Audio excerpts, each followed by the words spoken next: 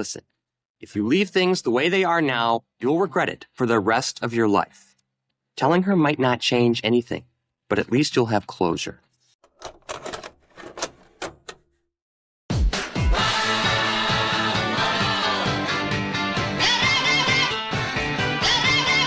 Scott Pilgrim Takes Off was not what I expected at all. It was what no one expected, as we were all expecting a retelling of the same old fantastical story that we know from the comics and the movie. But like, with a full story, not only about Scott versus the exes. Maybe one day, Lisa. Maybe one day. However, it rather subverts our expectations with the ending of the first episode, as instead of Scott defeating Matthew Patel, he is defeated? He's dead? What? Well, this leaves us with Ramona's journey of closure between her and her exes on the route to find her boyfriend, which makes you think that the series is not a sequel nor a reboot, rather an alternative universe. However, spoilers, it is not, but it does kind of continue the story of the movie in a way or another. It kind of feels like a seventh book.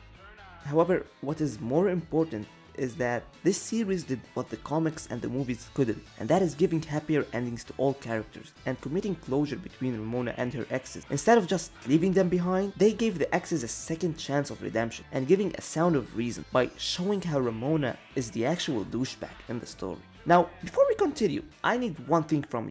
To enjoy the video. Shout out to Loaf Nova for the amazing character art. Her Instagram page is linked in the description, so make sure to give her a follow. Now, back to the video. Matthew Patel, the first of the 7 exes and the most underappreciated character in the whole franchise, gets a glow up of some kind after he quote-unquote wins the fight against Scott. He gets some kind of ego boost and fights Gideon for his company and the position of leader of the exes team, and wins, leaving Gideon hopeless. However, Patel makes a point in the process as like, really, why should they fight Ramona's new boyfriend, as it won't get them anywhere? So instead, he dismantles the Association of Evil Exes, and at the end of the series, he creates a Scott Pilgrim vs. the World's musical.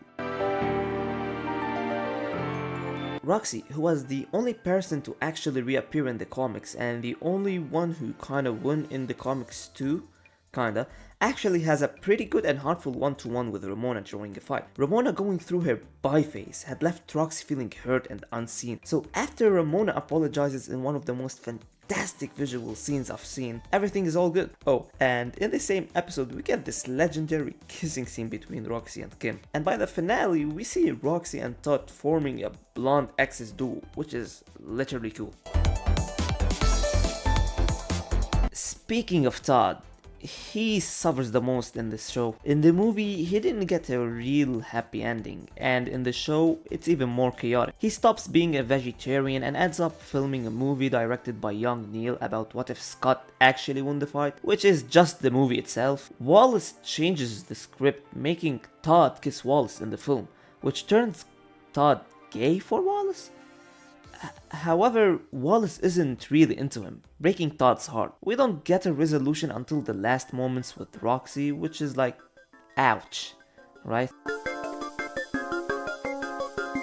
Gideon, on the other hand, after that L, he bags himself a baddie. He is an unaware loser, and my man hung out with Lucas, who also had a resolution with Ramona, and the return of his fortune and properties after Matthew gave it back just for him to keep the theater part and having the probability of a season 2. Shit was crazy. But I'ma be real with you, I don't feel the show needs a season 2. It ended well, it ended perfectly in my opinion. It had perfect closure for all the exes, even the twins who are chill dudes and like are friends with Scott in the future.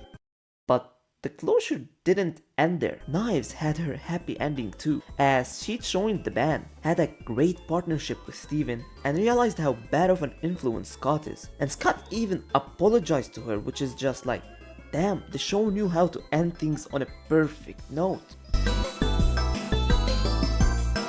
But the biggest plot twist of the show was that Scott was not dead, but was taken in the future by his future self to stop himself from loving Ramona after she asked for some space in the future, which he mistook as a divorce. But despite that, it didn't work, and in a last-ditch effort, future Scott, who trained a lot, turned into what he hated most, the 8th Ex, also representing Nega Scott from the comics. After a brilliantly animated fight and a weird realization by Ramona and her future self, they merge into one entity and return future Scott to his timeline to solve his problems, bringing everything back to normal. The show serves as both a resolution and an actual ending to the franchise. It wrapped up everything and put everyone on good terms, whether it's Knives joining the band, Lucas working in the same coffee shop as Scott's sister, or Wallace's less discussed but significant moments. The show did what everyone wanted, and that was enough in my opinion. And yeah, that's my take on Scott Pilgrim Takes Off. I hope you enjoyed the video. If yes, please like and subscribe, it would make my day. Again, shout out to Loaf Nova, go follow her, she's a fantastic artist. And any other than that, Toto was here, keep it dorky.